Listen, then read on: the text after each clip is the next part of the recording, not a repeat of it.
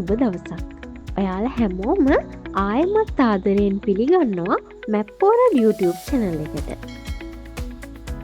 අපි අද පටන් ගන්නේ සිතියම් ගැන.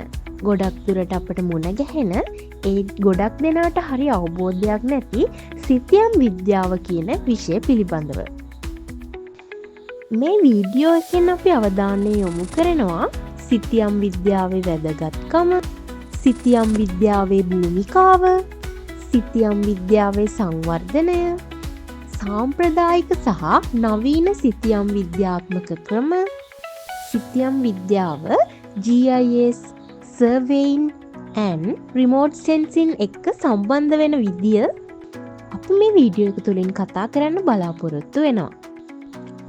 සිතියම් විද්‍යාව කියන්නේ සරලව කිව්වොත් නම්‍යශීලීව සිතියම් හදන විද්‍යාව, කලාව සහ තාක්ෂණය එකට එකතු කළ විෂයක්. දැන් අපි සිතියම් විද්‍යාවේ වැදගත්කම සලකා බලමු. ඔයාලා දන්නවනේ සිතියමක් කියන්නේ සරල චිත්‍රයක් නෙමෙයි. ඒක sannivedana උපකරණයක්. අපිට දත්ත, තොරතුරු, පර්යේෂණ වාර්තා මේවා විස්තරාත්මකව නිවැරදිව දැනගන්න සිතියමක් උපකාරී වෙනවා. සිතියම් විද්‍යාව මගින් අපි ලෝකයේ ස්ථාන, සම්බන්ධතා, ප්‍රමාණ හා වෙනස්කම් පහසුවෙන් අවබෝධ කරගන්න පුළුවන්.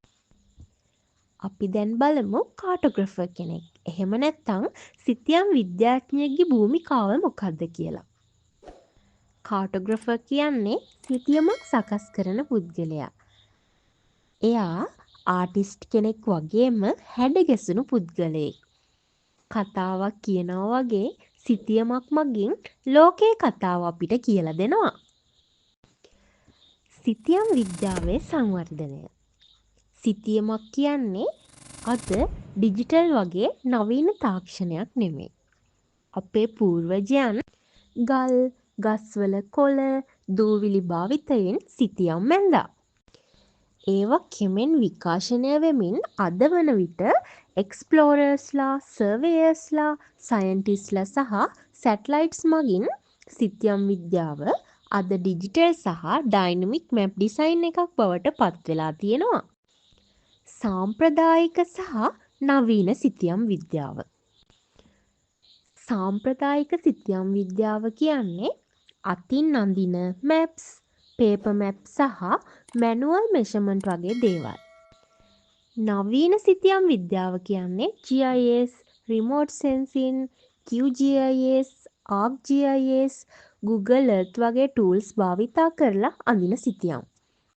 අද වන විට සිතියම් රියල් ටයිම් අප්ඩේට් වෙමින්, ඉන්ටරැක්ට් කරමින්, zoom කරමින්, මෙෂර් කරමින්, ඇනලයිස් කරගන්න පුළුවන්.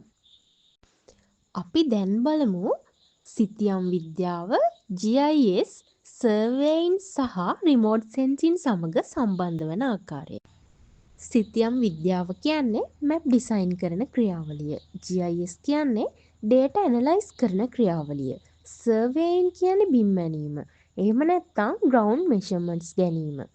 remote sensing කියන්නේ satellites, drones, cameras use කරලා data capture කරන තාක්ෂණය. මේ හැම එකක්ම සිස්ටම් එකක් වගේ වැඩ කරනවා. ඒක තමයි මෙයාලා අතර තියෙන සම්බන්ධතාවය. වර්තමානයේ වන විට සිතියම් විද්‍යාව බොහොම වැදගත් කාර්යභාරයක් ඉටු කරනවා. අපි සිතියම් විද්‍යාව භාවිතා කරනවා දිශානතිය හොයන්න, සැලසුම් කරන්න, පර්යේෂණ සඳහා, විපත් කළමනාකරණයට, ව්‍යාපෘති සංවර්ධනයට, සංචාරක, ප්‍රවාහන හා පරිසර අධ්‍යයන කටයුතු වලට. ඒ විදියට අද අපි සිතියම් විද්‍යාව ගැන මූලික හැඳින්වීම සම්පූර්ණ කරා. සිතියමක් කියන්නේ සරල චිත්‍රයක් නෙමෙයි. ඒක අපිට තොරතුරු දෙන කතාවක්. එහෙනම් අපි ඊළඟ වීඩියෝ එකේ බලමු සිතියමක අරමුණු සහ කාර්යයන් මොනවද කියලා. අපිත් එක්ක දිගටම රැඳිලා ඉන්නවට ඔයාලට ගොඩක් ස්තුතියි. like, share and subscribe කරන්න අමතක කරන්න එපා. මැප්පෝරා සමග ඉගෙනීම සරලව.